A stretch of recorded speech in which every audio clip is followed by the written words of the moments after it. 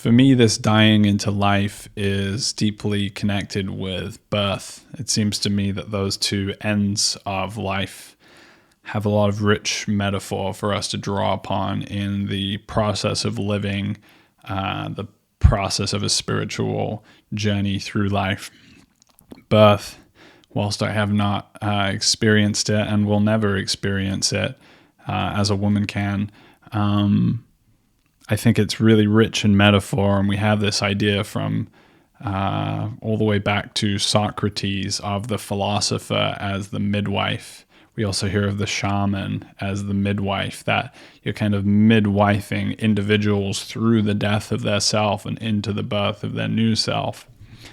And at a very basic level in birth, it's a challenging process, it's a sacred process, and it seems to involve this dialectic of pushing, force. There's like a will involved. You don't seem to like passively just have birth happen to you. Some people do, but generally, from my understanding, there's a push. And there are moments when it's necessary to push. It's necessary to have will. But when this thing is going on for hours and hours and hours and hours, a birthing mother can't just will their way through the whole process. It's not a fundamentally masculine kind of way of navigating this powerful process.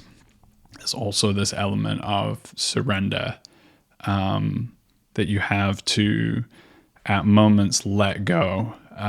You have to surrender yourself to the process that you are in. You have to enter into a trust in the process that you are undergoing, that it's not going to, just stay where it is forever, even though it feels like you're in this like intolerable threshold where things just can't stay where they are. It's at that moment that you can't necessarily will your way through that. You have to be able to surrender and trust, and there's a real feminine wisdom in that comes through birth, and I find that to be so valuable to me in my own difficult passage that I've been in, to know that there is going to be this dialectic in the birthing of myself of pushing and movement and feeling, not just as the mother, but as the child, that you're being compressed through something. You're moving through a dark passage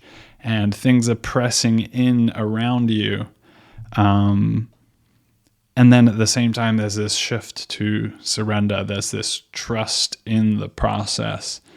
The birth is not being fundamentally controlled and orchestrated just by the mother or just by the baby. It's this natural eventing. It's this divine event that's occurring. And in the process of our dying into life, and in the process, the ensuing birthing that's also coming through that, it's really important that we have midwives and death doulas to guide that process.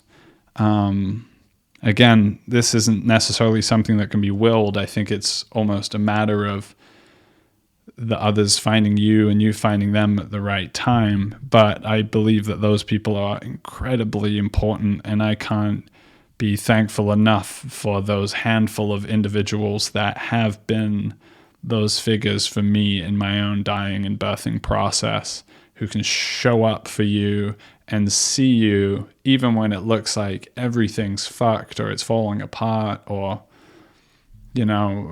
other people in your life may see that they're not be able to perceive a way through for you, or perceive that there's actually a deeply powerful regenerative renewal of a process occurring when it looks utterly chaotic. But those death doulas and those midwives are the people that can meet you in the midst of that process without forcing it, without trying to control it, guiding it along, being there with it without being in control of it.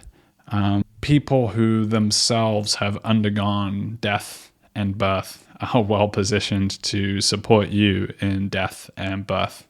in addition to that, this matter of the withdrawal of people during your death rebirth process, I've definitely had experience of that over the course of my own death and rebirth. And I felt people kind of that were involved in my life, like naturally drifting away, becoming less involved as I was like entering into this long dark night passage. And that seems to be somehow necessary. The experience of the solitude seems to be a necessary aspect of the spiritual journey, because there are things that you will not learn unless it is completely you and your self resources, and you finding the resources available in reality when it's just you. And that means like the practical grit and the fight and like realizing who you are when you're at the bottom.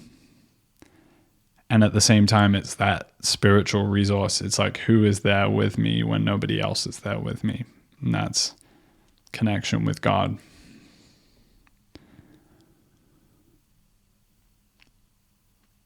And so for me, in the course of the death and rebirth journey in life, I think that we find the help that we need. The way that I've put it recently is that I've gotten just as much help as I needed and no more. That is to say that, you know, the help is there, help is on the way, but it's not going to be more help than you need. And it's certainly not going to be that someone holds your hand through the process. And I think a wise death doula is going to know when to sort of hold your hand and be there with you, and when to just let you go and do the thing that is yours to do only.